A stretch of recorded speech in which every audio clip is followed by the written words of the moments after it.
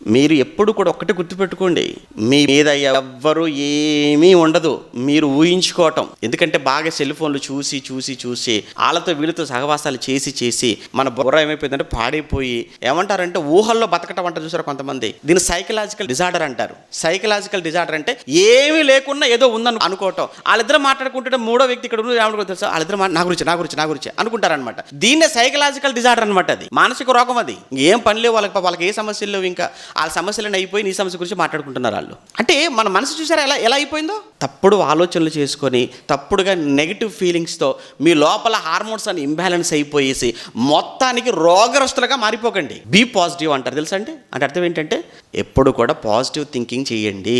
ఎప్పుడు కూడా చక్కటి మంచి ఆలోచనలతో మీ మనసును పెట్టుకోండి. మంచిగా ఆలోచించేవాడు మొహం ఎప్పుడు తేజస్సుతో ఉంటుంది. మంచిగా ఆలోచించేవాడు ఆరోగ్యంగా ఉంటాడు. మంచిగా ఆలోచించేవాడు హృదయం అంతా కూడా ఆనందంతో నింపబడుతుంది. ఎప్పుడు కూడా నెగిటివ్ ఆలోచించేవాడు చూడండి, ఆడ మొహాన్ని చూడలేం మనం.